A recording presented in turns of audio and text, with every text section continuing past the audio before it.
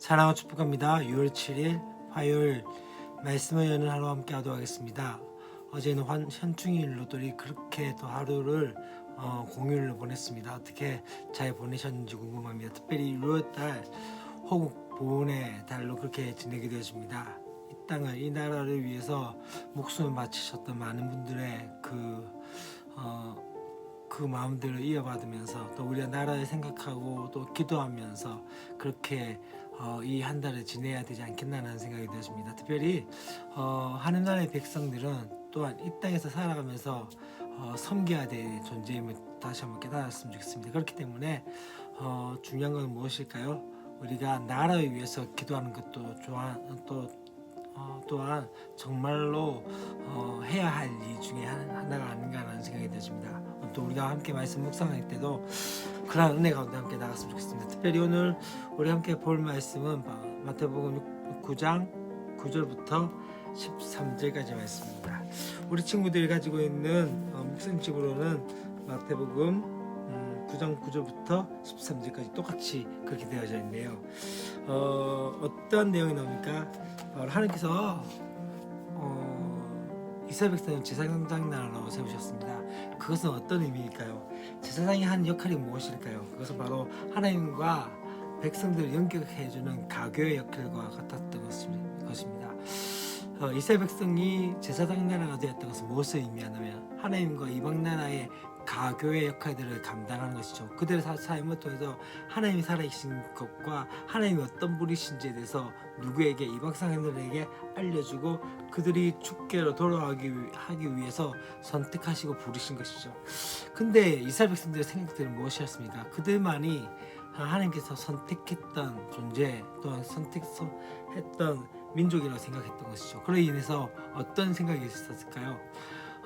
이방인들은 그냥 지옥의 부직갱이, 다시 말하면 하나님의 진노를 받아야 될 존재로만 그렇게 생각했던 것을 보게 되십니다. 그로 인해서 그들은 어떻게 했습니까? 자신들만이 구원을 받을 존재로 생각하게 되어졌고 거기서 머무지 않고 심지어 저들 삶들에서는 어떤 삶을 살았다면요, 하나님께서 선택하신 그 목적대로 사는 것이 아니라 도리어 이방인들의 그 문화와 풍습을 따라갔던 삶을 살아가게 되어졌죠. 그래서 하나님께서 어떻게 하셨죠? 바로 예수 그리스도를 통해서 영적인 이스라엘을 선택하십니다. 그것이 바로 교회입니다.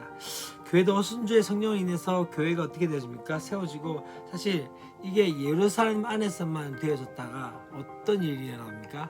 바로 박해를 통해서, 흩어짐을 통해서 교회가 확장되어지는, 바로 그들만의 리그가 아니라 어떻게 되어졌죠? 바로 다른 사람들에게, 이방인에게도 복음이 전해지는 은혜들이 있게 되어져서 지금 저 여러분까지도 복음을 받아들이고 이렇게 하나님 나라의 백성의 삶을 살게 되어졌던 것이죠. 제가 이 이야기를 계속 하는 이유 중에 하나는 어쩌면은 우리도 비슷한 부분들이 있죠. 오늘 말씀도 비슷한 부분이 있습니다. 어떤 것이 있습니까? 바로 지금 예수님께서 죄인들과 함께 식사하면서 교제한 그 부분에서 누가, 바리새인들이 지금 어떻게 보면 반대를 하고 있고 그런 것들을 보게 되십니다. 그때 예수님께서 하신 말씀이 무엇이죠? 바로 건강한 사람에게는 어떠하다고요? 바로 의사가 쓸데없고 누구에게만, 병든 자에게만 쓸데있다고 말씀하시면서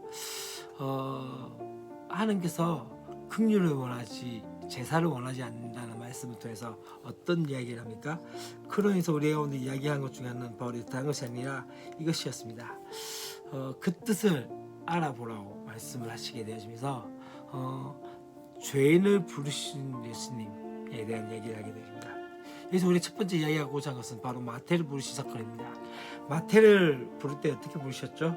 바로 마태가 세리의 일을 하고 있는 상황 가운데 부르셨습니다. 이 당시에 스승과 제자의 그 관계에 맺는 것은 좀 달랐습니다. 제자들이 자신들이 어떤가 존경하고 따르고자 하는 그 스승을 찾아갑니다. 그래서 자신들이 그분의 스승을 모시겠다고 이야기하고 그렇게 이야기하고 또 어떻게 했을까요? 찾아갑니다. 스승이었던 사람들은 어떻습니까? 그렇게 찾아왔던 사람들 중에서 선별해서 자기의 제자를 삼게 되었죠. 그런데 예수님께서는 반대를 하셨습니다. 어떻게 하셨습니까? 어떤 방법을 하셨을까요? 바로 직접적으로 제자를 찾으셨습니다. 그리고 어떠합니까? 세상의 방식대로 자신의 이름에 걸맞는 그런 자격이 되어져야 될 사람들 뽑은 것이 아니라 그냥 어쩌면은 그런 인물은 거의 보일 수 없는 상황들이 되어진 것이죠. 그렇기 때문에 이것이 은혜인 것이 아닐까요? 세상의 방식과 똑같은 방식으로 어쩌면은 제자를 삼았다면 제자들에게 그렇게 생각했습니다. 아, 우리에게 무엇인가 있기 때문에 무엇인가 잘했기 때문에 할 수 있지만 그들에게 어떠한 스펙도 없었던 것을 보게 되십니다. 그분의 주권대로 그렇게 부르셨던 거죠. 마태도 그런 것을 보게 되십니다. 그 당시 세례라는 책 또한 어떠합니까? 매국노 같은 상황이었습니다. 그럼에도 불구하고 어떠합니까? 그러한 그를 예수님께서 부르셨고 제자를 삼으신 것이죠. 우리도 그러하다는 것을 깨달으셔야 합니다. 곧 무엇일까요? 우리가 무엇이기에 하나님 나라의 백성이 될 수 있습니까? 여전히 우리도 어쩌면 그렇게 열악한 존재이고 부족한 존재인데 주님께서 우리를 부르셨기에 이 자리에 있게 되어진 것이 아닐까요? 그렇기 때문에 그것이 바로 은혜인 것이 아닐까요? 두 번째 무엇입니까? 죄인들과 함께 하신 예수님의 모습을 보게 됩니다. 지금 마태가 예수님을 위해서 준비한 식사에 누구와? 죄인들과 세리들이 함께 참석하는 것을 오늘 말씀 가운데 보게 됩니다. 유대인의 관점에서 볼 때 이들은 어쩌면 하나님 나라에 참여할 수 있는 존재가 아니었습니다. 그런데 예수님께서는 이들을 어떻게 해요?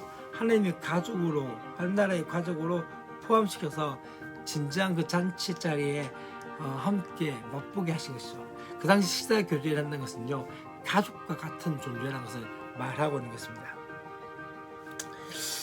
세리들과 죄인들이 회개했다는 그 내용들은 없습니다. 그렇지만 어쩌면은 이 예수님께서는 이런 환대를 통해서 바로 세리들과 죄인들에게 회개를 기대하고 의도하지 않았을까라는 생각이 들었습니다. 마치 누구와 같이요? 바로 삭개와 같이. 삭개오처럼 어떤가 예수님께서 직접 그 집에 방문하시고 함께 식사 교제를 하셨을 때 그 삭개오가 회개했던 것처럼 말입니다.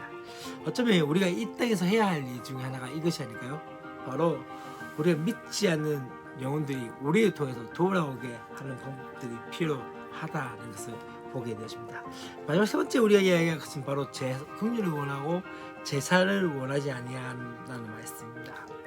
지금 이 상황을 못마땅하게 여기는 부류가 있습니다. 바리새인들이었죠. 왜요?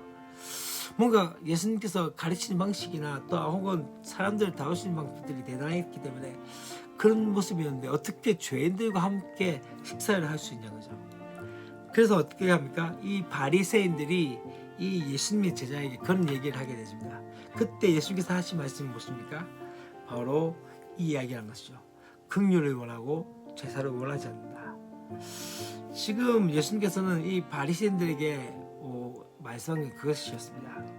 너희들이 그렇게 주님께서 하나님께서 진짜 원하는 거는 그렇게 열심히 제사를 준비하고 너희들끼리 그렇게 하나님 앞에 예배하는 것이 아니라 더 중요한 건 뭐냐면 하나님 아버지의 마음에 있는 잃어버린 영혼들을 향한 긍휼의 마음으로 그들에게 가서 하나님께서 당신을 얼마나 사랑하시고 또 얼마나 기다리고 계신지에 대해서 그것을 알려주는 것을 더 원한다는 것을 말씀하는 것이죠.